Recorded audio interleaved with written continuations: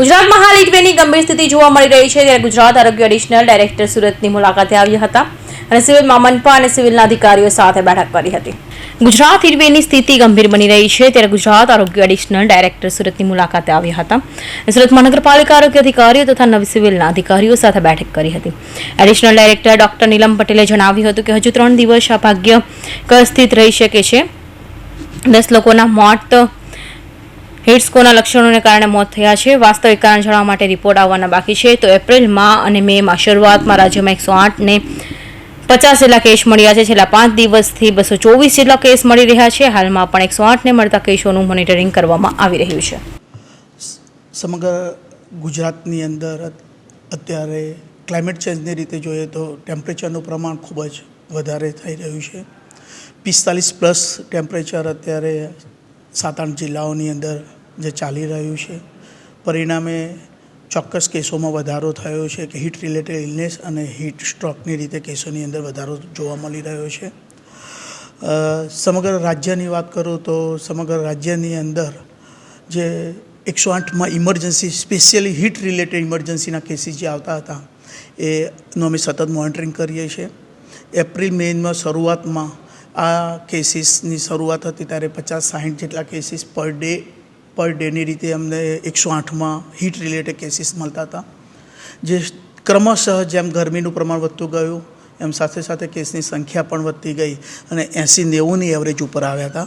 પણ છેલ્લા 4 દિવસથી જે આપણે જાણીએ છીએ કે સ્થિતિ હીટ વેવની ખૂબ ભયંકરની રીતે તાપમાન વધી રહ્યું છે, જેના ફળ સ્વરૂપે જે નેગેટિવ પોઈન્ટની રીતે કહીએ તો એ પોઈન્ટ ઉપર અત્યારે 108ની અંદર કેસીસ 106, 132, 188, ત્યારબાદ ગઈકાલે 224 કેસ, એટલે જે 50-60-70ની એવરેજ ગણતા હતા એ એવરેજ અત્યારે 200+ કરી ગઈ છે। એટલે તાપમાનના લીધે જે તકલીફ થવી એના કેસોમાં ચોક્કસ વધારો થયેલો છે।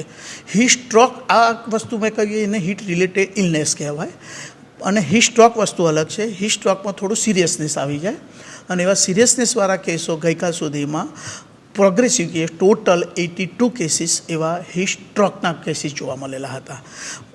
સદનસીબે આપ જે કહો છો એને વાત કરું તો એ કંઈક કન્ફર્મ ડેથ હજુ હીટ વેવના લીધે જ ડેથ થયું હોય એવું કન્ફર્મ ડેથ હજુ ઓન પેપર નોંધાયું નથી।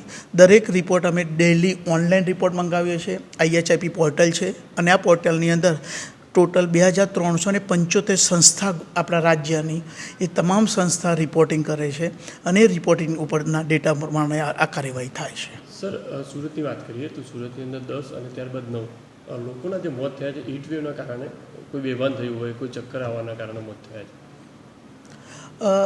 10 કેસીસ જે હીટ વેવના કારણે જોવા મળેલા હતા એ આપ જે કહો છો એ ચોક્કસ હીટ રિલેટેડ ઇલનેસ અને હીટ સ્ટ્રોકના લગતા કેસીસ છે, પણ જે કોઝ ઓફ ડેથ કહેવાનું થતું હોય તો cause of death final cause of ડેથની રીતે હજુ એને આઈડેન્ટિફાય કરેલા નથી એ રીતે।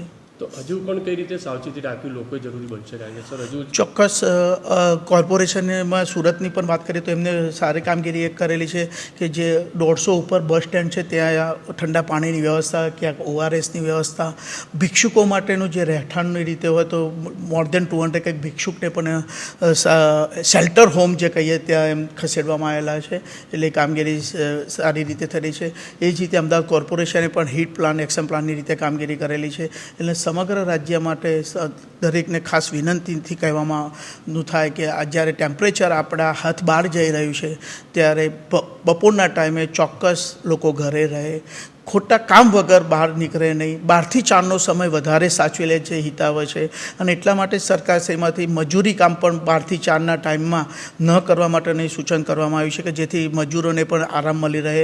મજૂરી જે થતી એમને શેલ્ટરની રીતે અથવા છાયાની રીતે કે ઝાડની નીચે પણ બેસવાનો આરામ મળી રહે એવી પણ વ્યવસ્થા કરવાની થાય। લોકો બહાર અનિવાર્ય સંજોગોમાં જવું પડે તો લીંબુ શરબત, પાણી પોતાની પાસે રાખે, ORSનું પાણી, લીંબુ શરબત, ખાંડમીંડું નાખેલું પાણી અથવા પાણી એટલીસ્ટ પણ, અને દિવસમાં ઓછામાં ઓછું 3 થી 4 લીટર ચોક્કસ પાણી દરેક જણ પીવે। હાઈ રિસ્ક ગ્રુપ ગણીએ તો નાના બાળકો છે, સગર્ભા માતા છે કે ઓલ્ડ એજના ઉંમરવાળા લોકો છે તો એમને તો હિતાવ છે કે તેઓ બપોરે ઘરની બહાર કોઈ ન જાય। સર, આવી પરિસ્થિતિ કેટલા દિવસ હજુ રહેશે અને આવી ગરમીનો જે તાંડવ છે અગાઉ પહેલાં ગુજરાતમાં જોવા મળ્યું હતું? સમયાંતરે થતું હોય છે, પ્લસ માઇનસની રીતે ભૂતકાળમાં પણ જોવા મળેલું છે. અત્યારે પણ જ્યાં કેસીસ અને જે ટેમ્પરેચર વધી રહ્યું છે, હજી હવામાન વિભાગના કહેવા મુજબ હજુ 3 દિવસની રીતે આ રીતે ટેમ્પરેચર વધુ રહી શકે એમ છે. Okay, thank you.